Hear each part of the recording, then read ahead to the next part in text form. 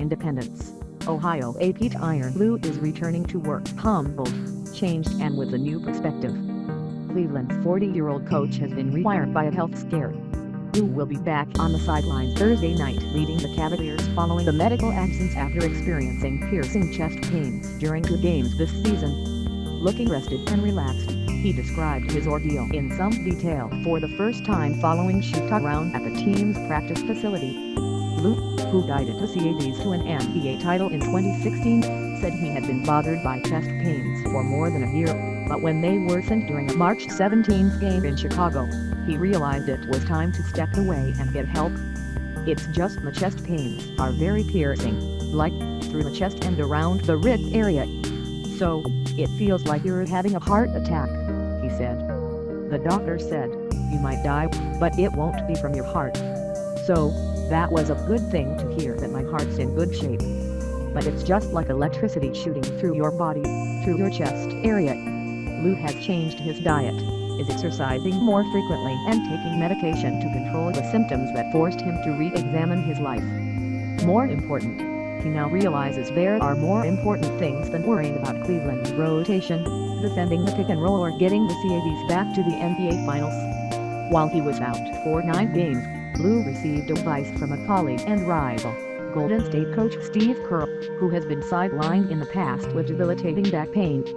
Lou said Kerr helped him understand the bigger picture by putting his health first. "We get so wrapped up in the game of basketball I think we kind of forget about everything else," Lou said. "This was the first time in 20 years where I really just had a chance to focus on me and get myself right," and he reminded of that. "We get so wrapped up in the game that we forget about real life, and it was the best advice I got, so thanks Steve for that." The Cavs travel to Philadelphia on Friday and the said coach against the Wizards will be a good test to make sure he's up for the rigors of travel and added stress. "We know the games will be late and it will be a little bit more difficult, but just with travel and being a freak on the road and I got to take my medication because sometimes I can't be groggy in the first 2 or 3 hours when I wake up," Lou said. "I just got to get in a routine and seeing how that's going to feel." The Cavs, who have been ravaged by injuries all season, hardly missed a beat without Lou, going 8-1 under assistant Larry Drew. Lou has always trusted Drew but intends to lean on him even more as the Cavs head into their last 4 regular season games before gearing up for the postseason. "LG stepped up and did a great job," Lou said. "And other coaches stepped up and they've been doing a great job also. So, whatever I need them to do, they all just said, don't be afraid to ask. So, I'm very excited just for the playoff push. I kind of wish I could skip these 4 games and go right to the playoffs because that excites me." Cleveland's players are thrilled to have Lou back. He recently returned in an advisory role, but stayed off the floor during games.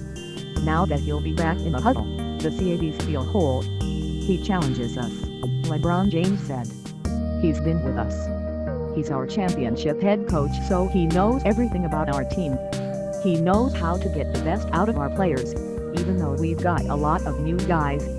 But just his command, having him back out there, it's going to be good for us." Following his health issues in Chicago last month, Lou said owner Dan Gilbert, general manager Kobe Alden and others in Cleveland's organization persuaded him it was time to seek help. Floor agreed, and then James comforted him with encouraging words. "Having LeBron's validation, just being like, I got it. Take some time off. Get yourself ready for the playoffs. I'll take care of the team. I'll make sure everything is good," Lou said. "And he's playing at a high level, so he's a man of his word."